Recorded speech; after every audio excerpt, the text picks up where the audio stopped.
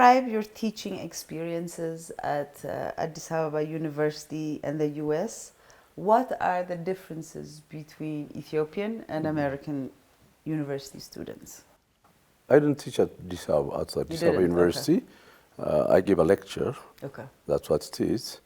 But in general, the school systems everywhere are the same curriculum. The only difference is you are controlled by the students in American universities. The students are your bosses. The professor has no right to give F unless he is sure that that student is weak.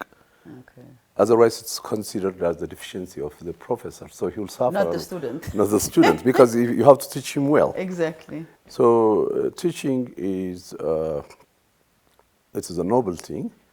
It's hard work. So once you involve in teaching, you'll be a student again. To teach is to learn. Right. You have to learn every day. And your product, the student should be better than you. Otherwise, knowledge never moves an inch. So you have to produce a better student. So when your student's challenging you, you have to go back and learn. You don't have to confront him because he challenges you. So to teach is to learn. That's the principle.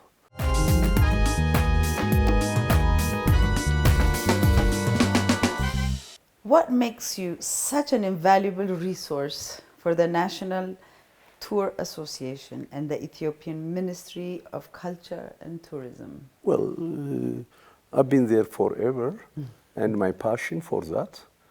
You see, Ethiopia has got several products. We can produce all kinds of tourism products for Ethiopia. It's a poor country. Ethiopia, if you take countries like Italy, it is 50% of their income is tourism. If you take Kenya, it's almost 70%. If you take Tanzania, all these countries are making huge money from small products. In Ethiopia, we have mountains, we have historical sites, we have fossils, we have river cruises, we have lakes. Everything is sellable. So that's what I was trying to promote for Ethiopians and for Africa. You know, we can do it together. You can combine the tourism, but for Ethiopia, for Africa, tourism is one of. And we have to develop local tourism as well. Long time ago, we had what we call Agarhin Walk program, you know, knowing your country, one of the best program. And we're encouraging Ethiopians to visit archaeological sites, the museums, and so on. Even though we don't have a real good museum, it's just a small, but still we encourage the students to come and visit. So I was designing it all the time. So it's very important. It's not NTA or tourism, but the tourism is a factor for peace. You see, when you have more tourists, your country is stabilized, it means. Yeah, it's a factor for peace. Absolutely. Yeah. You got a chance to travel to the US to do your postdoctoral work at the University of California in Berkeley in 98 and 99. After graduation in Russia, what is the major difference in your experiences between Russian and American education? You know, in principle, all university programs are the same. You know, even if it's a different country. Even if it's a different country. Language. Yeah, it's just language because chemistry is chemistry, mathematics is mathematics, English is English, Russian is Russian, linguistics is linguistic. Exactly. But the way they established the school, for example, specialized school. I went in Russia at the Russian Academy of Sciences. Okay. I was the first, and for a long time I was the only one. Because to go to the Russian Academy of Sciences, you have to be hired first as a junior scientist. So I was trained as a junior scientist. That's how so I was literally an employee of the establishment of Russian Academy of Sciences. Okay. Then, you speak Russian? Sorry. Oh, I speak Russian better than my English. Oh, brilliant. Yeah. Okay. I went to, then at that time, we were excavating in Konso, and I brought my professor there.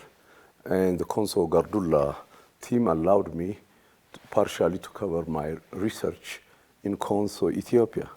Okay. So for several years, for over a decade, I worked with the Berkeley group in Middle Awash, Earlier, I worked everywhere throughout the Rift Valley.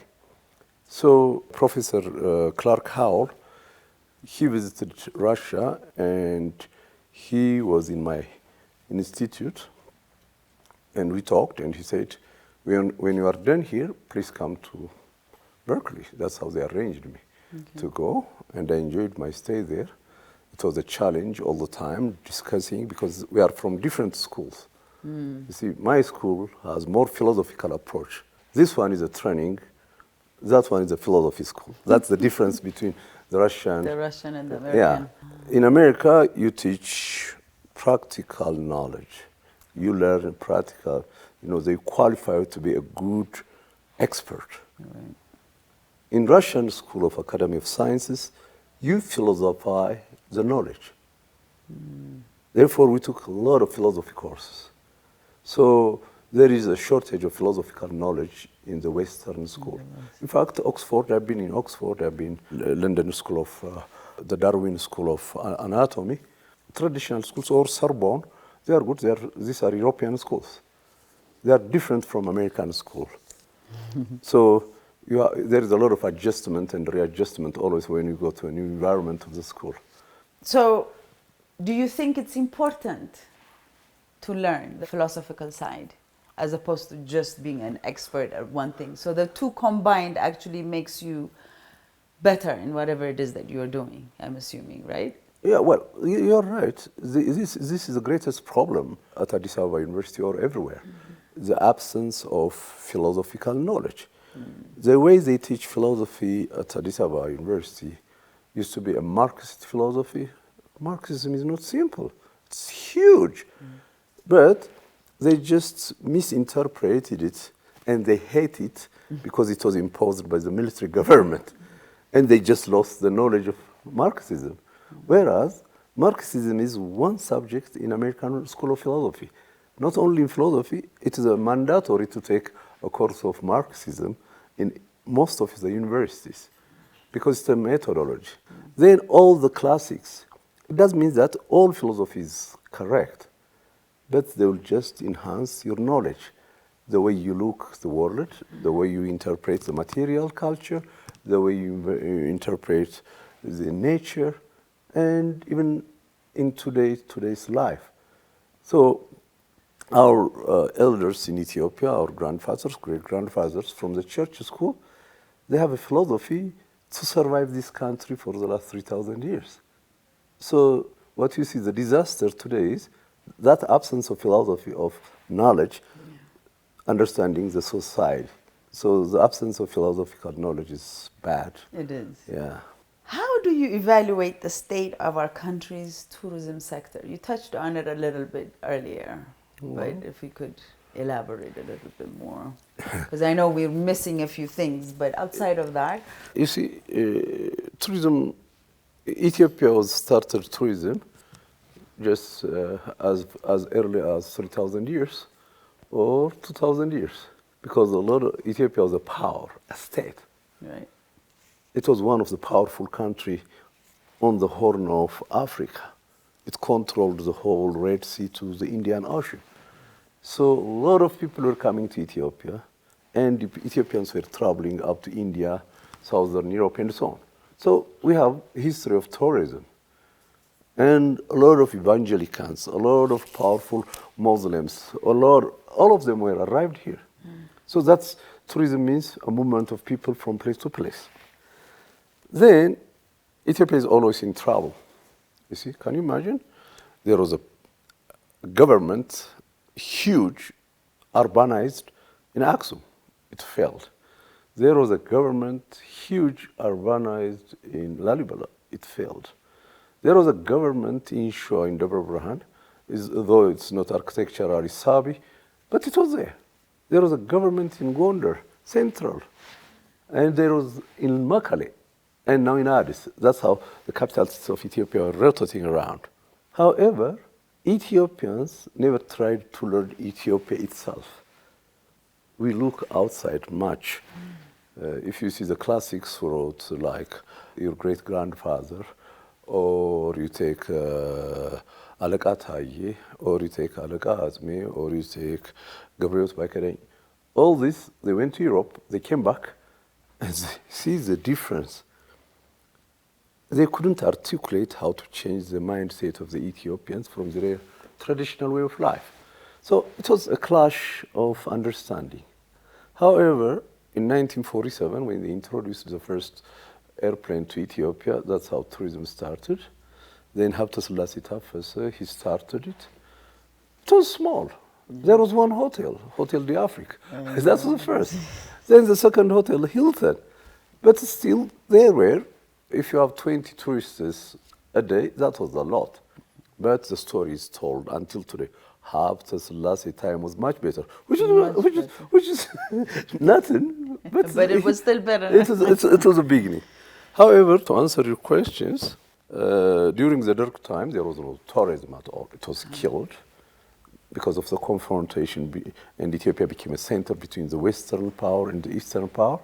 Then, after the change of, when the government was changed, the Dark government, after 8 years, the government was really resisting not to have tourism in Ethiopia. They said, first, we have to feed the people, then we have to change the economy. After that, we'll have tourism. But eventually, since 1997, it started to boom. And more hotels were established. The establishment of the Sheraton Hotel changed the Ethiopian tourism. That's to be acknowledged. Why Sheraton, though? Because that is one of the 4 collection hotels in the world. So, you know, everyone wants to come and stay in Addis now. You see? Then it was booming until the Irecha, I think 4 years ago. It was booming. It was booming. You know, in every university, I gave a lecture for over 100 universities about Ethiopia, about the church group, over 100 churches of American churches to introduce Ethiopia. We're just advertising Ethiopia as if we are advertising the entire Africa. So it was changing, it was coming. And a lot of Ethiopian investors were coming and built hotels. And the hotel industry was improving. The transportation was improving. The Ethiopian Airlines was improving a lot. So it was good. Right now, it's not only Ethiopia because of the pandemic, and also the Ethiopian political situation is restrained the tourism a little, but it should go on. But the most important thing is Ethiopians must visit Ethiopia first. Right now we have huge diaspora all over the world. Even the diaspora are enough to bring enough money for Ethiopia, you know. So I think in the next few years we'll do progress. Yeah, how do we also, instead of only for the diaspora, because this is something I think you being a tourism specialist also, I think should acknowledge, is the rest of Africa also. Like you said earlier, we depend on the West or the Europeans for our own growth. So if we actually work within Africa, not only Ethiopians, but within Africa, to be able to travel all through, I think that would actually sustain Africa, don't you think? Well, Ethiopia is a big business for Africa. Absolutely. Every African transits are arriving in Addis. Yeah. But all these Congolese or Nigerians or Egyptians who transit through Addis Ababa, they could have a nice time here for a day or two. Yeah, but but who's going to? No, I'm going to tell you. Okay. You see, in Ethiopia, the owners of the companies are Ethiopians. Right. From scratch, they started it. In other African countries, the owner of the travel agents are either British or French or former colonialist group. So they have the way to bring tourists to Kenya. They have the way to bring tourists because it is still an occupied country. You know, psychologically, mentally, most of African countries are still occupied by Europeans. Right. That's one of the problems we have. But with the African Travels Association, what we tried was to bring Africa together. We did a conference in Zambia, in Ethiopia for the millennium, in Egypt, in Kenya, all over Africa, in Zambia, everywhere. So Africans are understanding. The other thing is, Africans, there are well-built Africans also in economy. There are 100 million Nigerians, about 10 million so far rich. That Nigerians can be attracted to Africa. The South African can be attracted to Africa. We have a lot of ways to bring them here as a tourist. Then if we build the Trans-African Railway from east to west and from north to south, that's the other way to bring. So the visa regime, the governments, they are good when they talk as the African Union, but they are not confident, they are not honest each other, the leaders. So they cannot bring themselves together. You see, if you allow someone to open the border of Djibouti to Ethiopia or Kenya, hundreds and millions of Ethiopians will walk there and end up as a refugee. So if the country is stabilized, that's fine. If the country is not stabilized, you cannot allow tourism. It's very difficult. How many refugees we have in Sudan, Ethiopians? I know the Kenyan refugees, Ethiopian. If you go to South Africa, if you go to Tanzania, everywhere we are there. Yeah, we are. Ethiopia is hosting Sudanese refugees, Somali refugees as well. So we are not stable yet, No, we're not. Yeah. Otherwise, the product we have is much more attractive than anywhere in the world. We'll soon be safe. Are you disappointed? No, I'm not disappointed. I mean, It's I am sad. disappointed, not disappointed, but sad, sad, yeah. because we keep going on and on and Back on, and it seems like there's never going to be that bright, that bright day ahead. Yeah. Even though we're all looking forward to that bright day. Yeah. This is the understanding of history. You see, if you live yesterday, you'll never move an inch.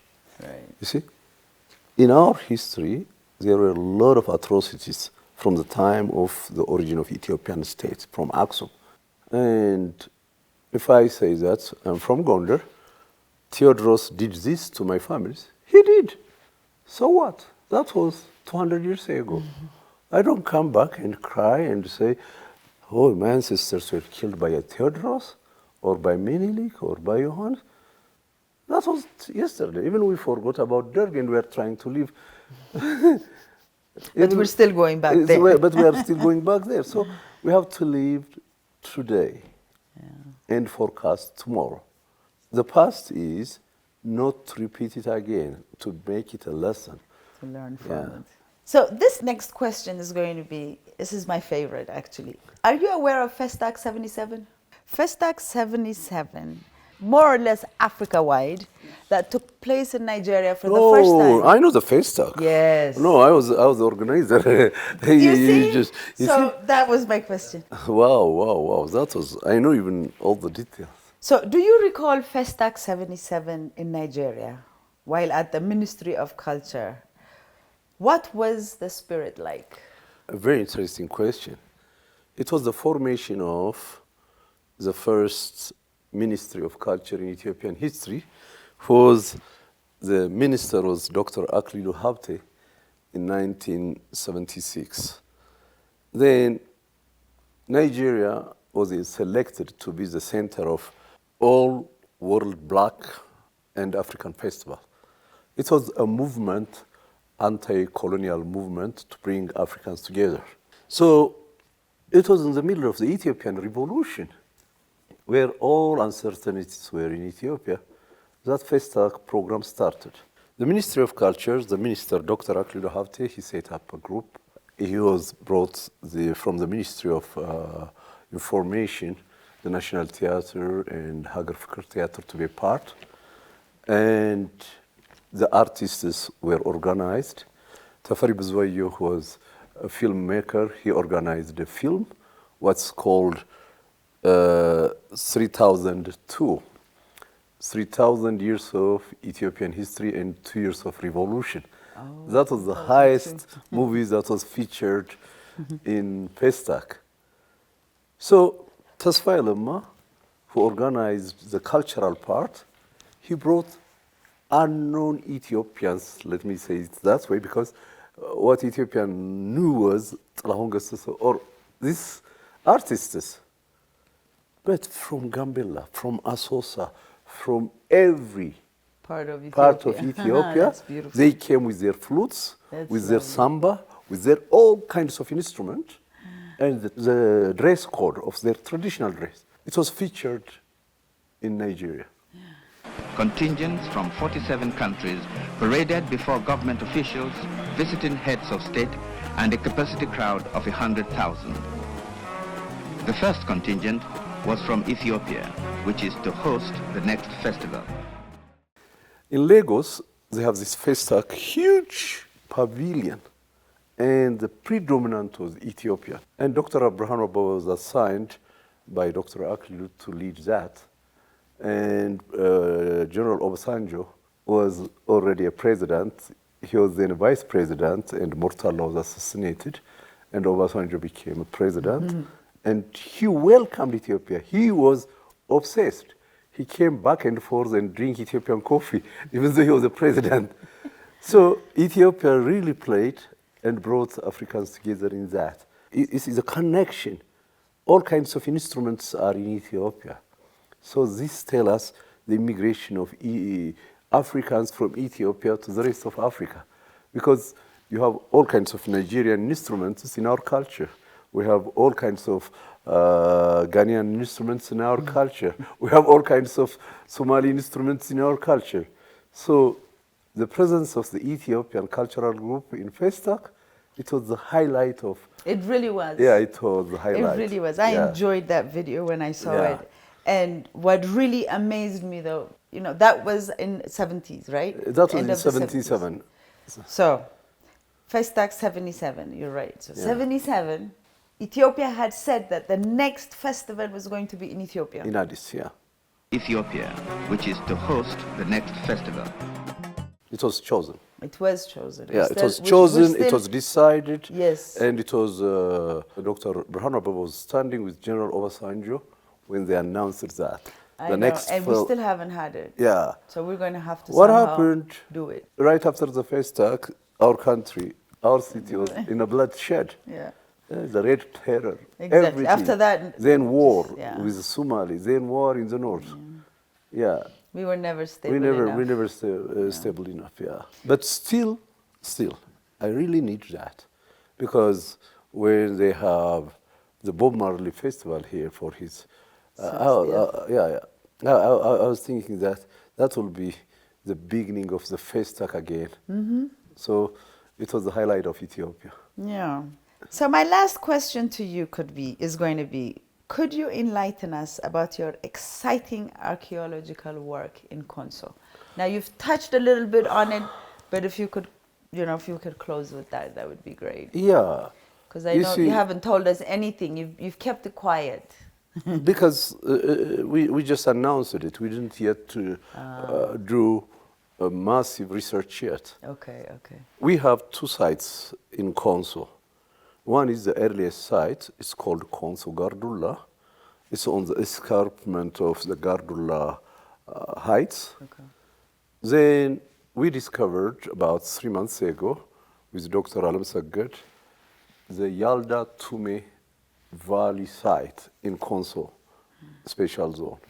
That's in the middle of the Rift Valley. It goes to the east. And the land was dropped by 1,200 meters because of the earthquake. Okay. So it was in the middle of, it is a piece of land, about 100 square kilometers, and we found all kinds of fossils. Part of the area was plowed by freshly. The Konso people were settling there and they were plowing it. And it was distracted. We found a lot of fossils being a fence. Wow. We found a lot of fossils scattered in the middle of... That's how we started. Then we start to look at the sedimentary deposit. We start to look the geology, all kinds of volcanic tuff and ashes. and we established that there is a new site, what we named it Yalda Tume Rift Valley site. So that's going to be one of the best sites because we have all kinds of stone tools. It goes back up to 1.4, 1.5 million years. Wow. We have, if we find a human remains there, it will be about that age, up to 2 million years, 3 million years. And also, we have all kinds of microfauna, which are rodents, rats, and so on. Those are very attractive ecological changes. What's the other very important is, on the north part, there is the Chamo Lake. That is a Holocene lake about 12,000 years. In between, where we are excavating, there was a lake that goes back up to 3 million years. Then there is another dry lake, what we call Chau Bahar. In between, there is a new lake emerging now. Wow. In 15 years, there is already a new lake. So I was looking what happened to that area. So there was an earthquake about 6-7 years ago, a mild earthquake. About 20 years ago, there was an earthquake as well. And there are water, hydraulic systems, water contents in that mountains. And they leak, and they created a new lake. And we're expecting that we'll have a large lake soon. If that expands, there will be a recovery of a new lake even on the site. Wow. So we have to work hard to collect and study and report to the scientific community and put Ethiopia on the map as a new human origin site. That's very exciting. Yeah. One more question. What motivates you to do so much work in terms of keeping the memories of worthy academic patriots alive? You see, my great-grandparents, great-grand-uncle, a historian like Alekatayi. My grandfather was a historian. These are all family.